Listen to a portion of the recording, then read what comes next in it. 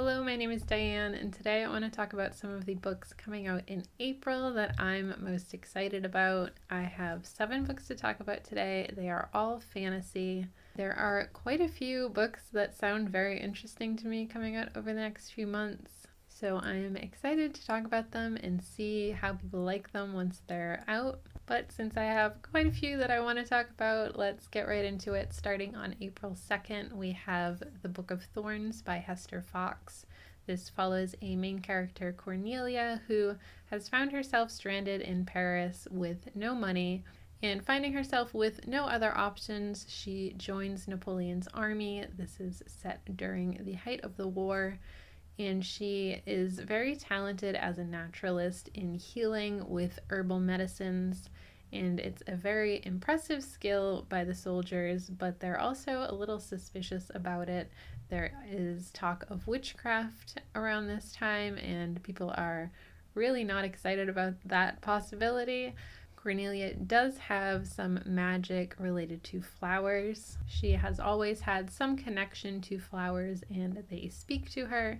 And through the flowers, she finds that there is another girl who looks very much like her that she vaguely remembers as her sister, who is on the other side of this war. Cornelia winds up trying to find her sister again, which could potentially lead her to be a traitor as she's on the other side of the war. And there's also the risk of being found out for witchcraft. So there's a lot at stake for her, but she really doesn't have any other options than to be a part of this army. But she wants to find out what the source of this magic that she's always had is, and also hopefully reunite with her sister. Sounds like it's going to have quite a few twists and turns in this story as we uncover, along with Cornelia, what is going on with her magic, with her sister. Maybe some family secrets will come up, and also the risk that she poses of being found out for having magical abilities, never mind the risk of being in the middle of a war. I've never been too into historical fiction or historical fantasy even, but I've been a little more intrigued with the genre lately, and this sounds like it should be a very interesting story. I like seeing sibling relationships, and I've seen some books with this sort of plant-based magic coming up in the next few months, and I think it's a very interesting type of magic. So I'll be curious to see what the author does with that as well. Then coming out on April 9th, we have The Book That Broke the World by Mark Lawrence. This is the sequel to The Book That Wouldn't Burn, which came out last year. This series centers around this very large, very vast library, and we follow 2 main characters, one who has only ever lived within the library, and even he doesn't know how expansive this library actually is, what it contains entirely, and our other character who has come from outside of the library and brought in to be trained as a librarian, and she is fascinated by this place and exploring it and figuring out all of its secrets. And of course their lives cross paths as they're both doing their thing within the library. It's a very interesting story. I think the first book was very slow-paced in exploring this library, establishing these characters and how they come to be in one another's lives. So I'm very excited to see where this story takes them, where there's maybe going to be more action in this one now that we've set everything up and who everything is. And I'm very curious to see what happens to these characters within this library and what other secrets they might uncover. Also coming out on April 9th is The Last Fee Hunter by Salini Goldberg.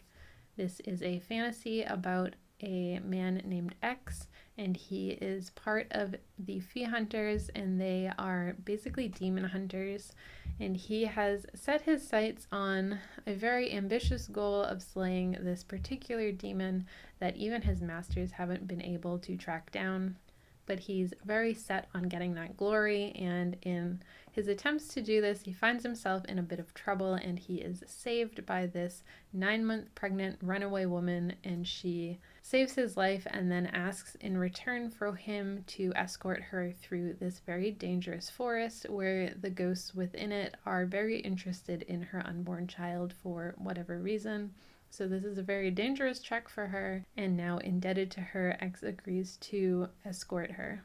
Along the way, he learns that this woman has a lot more secrets than he may have expected, and he is still on the hunt for this demon while also facing whatever dangers await them in this forest, and whatever danger in this woman's life may now be a part of his. Sounds like it should be an interesting adventure. I've been getting into the magical forest setting over the last year or so I'm very interested to see another very dangerous trek through a forest. I do like these quest-style setup stories, and seeing these two seemingly very different characters come together and become a part of one another's lives and the things that they are dealing with and going through. Sounds like there should be some danger, some action, and plenty of intrigue. Then on April 16th, we have The Heart of Winter by Shona Kinseller. This is a folklore-inspired fantasy story. This follows a girl who has been promised to the god of summer against her wishes, and she flees this arranged marriage and goes to the Queen of Winter in hopes that she can help her. However, to receive her help, she has to prove that she is worthy of it. She ends up finding an ally with this witch that she meets. I don't really know much about the folklore that this is based on, but I do like folklore-based stories, so it sounds very interesting. It sounds like our main character may potentially be stuck between two not great options and finding the one that is the best. Hopefully, with the help of this witch, she will figure out an actual good solution to the situation she's in between this forced marriage, and hopefully learning to be able to live a life on her own. But in order to do that, she's going to have to pass some very difficult tests. I don't know too much about the details of this story, but that is enough to intrigue me. On April 23rd, we have The Redemption of Morgan Bright by Chris Panettiere. This is a horror fantasy story about a woman named Morgan whose sister has died on the road leading away from this asylum. The reason that she died is not known, but Morgan blames herself for her sister's death. And so to figure out what actually happened to her, she creates a false identity and checks herself into this asylum, pretending to be a troubled housewife seeking help. While she is in this asylum, she finds that something about this place is not right. She finds herself having episodes. This persona that she has taken on seems to have a life of its own, and she is all the while trying to fight whatever this place is doing to her while figuring out what happened to her sister, trying to retrace her steps and figure out what actually happened. The story is told through not only Morgan's perspective, but the perspective of this persona, this alias that she's taken on, police interviews, and text messages as we figure out what is happening to Morgan and hopefully piece together what happened to her sister.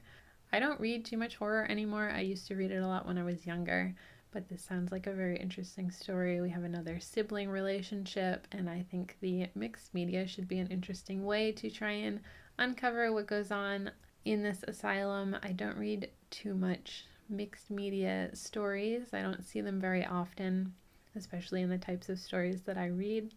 But I do like a haunted building. I really like when houses or places seem to have their own role within this story, and it sounds like that might be what's going on here. And hopefully Morgan can get out of this place with her sense of self intact. Also coming out on April 23rd, we have Dragon Rider by Taryn Matheru. The story follows a man who lives as a hostage. His father led a failed rebellion and was executed by the Emperor, and this is who he now serves. And at this point, the Emperor's son is planning to marry the princess of a neighboring kingdom. This neighboring kingdom has dragons, which they are bringing as their dowry, and they have the ability that is currently only known to them to be able to bond with these dragons, granting them power and strength. However, if this marriage goes through, then this kingdom will also know the secrets behind that and how to do that. However, things don't go so smoothly, and our main character manages to escape with a handmaid and a stolen dragon. He needs to escape as he is now also being hunted down and try and figure out the magic behind bonding with these dragons so he can hopefully get his freedom and also his revenge. I really like dragons. I think the way that authors interpret them and incorporate them into stories is really interesting to see. They tend to be pretty different from story to story, and I like this idea of bonding with the dragons. Is something that I have seen before, but I think it's a very interesting concept. I also really like a rebellion story. This one begins following a failed rebellion, and I don't know if we're going to lead up to an actual rebellion, but our main character may rebel all on his own with his dragon, hopefully, if he can figure out how to bond with it. But this sounds like a very interesting adventure story. I like court intrigue, dragons, rebellions, unlikely heroes. Sounds like it should be a very interesting world, and I'll be excited to see how the story plays out. And finally, on April 30th, we have The Cats of Silver Crescent by Kayla Noel. This is a middle grade fantasy, which I don't read very much. I never really have, but the story just sounds kind of silly and cute, so I wanted to include it and talk about it a little bit. This follows our main character, Elsby, whose mother has gone away for work, so she has to stay with her great aunt. She's brought her sketchbook to entertain herself and is kind of just passing the time waiting for her mom to get back when she sees this cat on two legs dressed in a sailor uniform running across the garden. Elsby, of course, is very shocked to see this and doesn't think her aunt will believe her, but later that night the cat comes back with three of its companions, and she finds that they all have the ability to stand and talk and behave as humans might, except they're cats. And she finds out that the magic that allows them to do this is about to run out, and they need to renew it, and they need her help to do that. This isn't really the type of story that I would normally pick up, mostly because it's a middle grade fantasy, but a little girl trying to help some talking cats just sounds very silly, and I'm interested to see why these cats are enchanted this way, if Elsby can help them renew their enchantment to stay this way, and also why they can't renew it on their own without her help. So hopefully she'll be able to save these cats in time before her mom gets home, and this will make her time at her great aunt's a little bit more interesting. Those are the books that I'm most looking forward to that come out next month. Let me know if you've heard of any of these or if there's something else that you're excited about. I'd love to hear about that. Otherwise, that's all for me today. Thanks for hanging out with me. I'll see you next time. Bye.